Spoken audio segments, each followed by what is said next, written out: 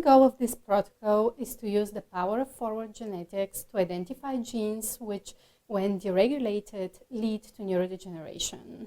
The main advantage of this technique is that it provides an unbiased and straightforward approach for the identification of neuroprotective genes, which might be more difficult to perform in mammalian models.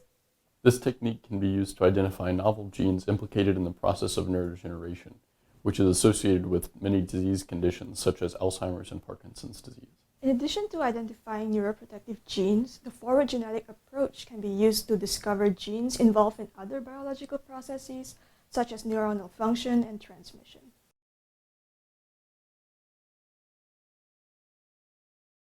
To begin, collect homozygous flies from lines belonging to the ENU mutagenized collection of Drosophila mutants mapped to the second chromosome.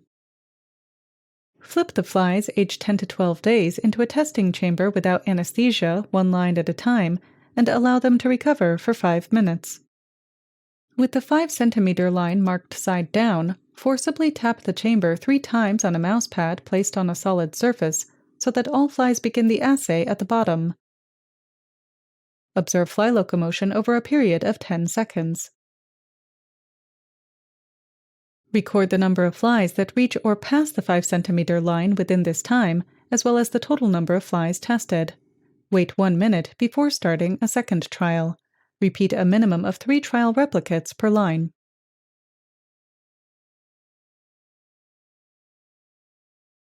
After anesthetizing the flies on a carbon dioxide pad, sever fly heads with a surgical blade, and use a paintbrush to gently place them in 1 ml of carnoise fixative in a 1.5 ml microcentrifuge tube.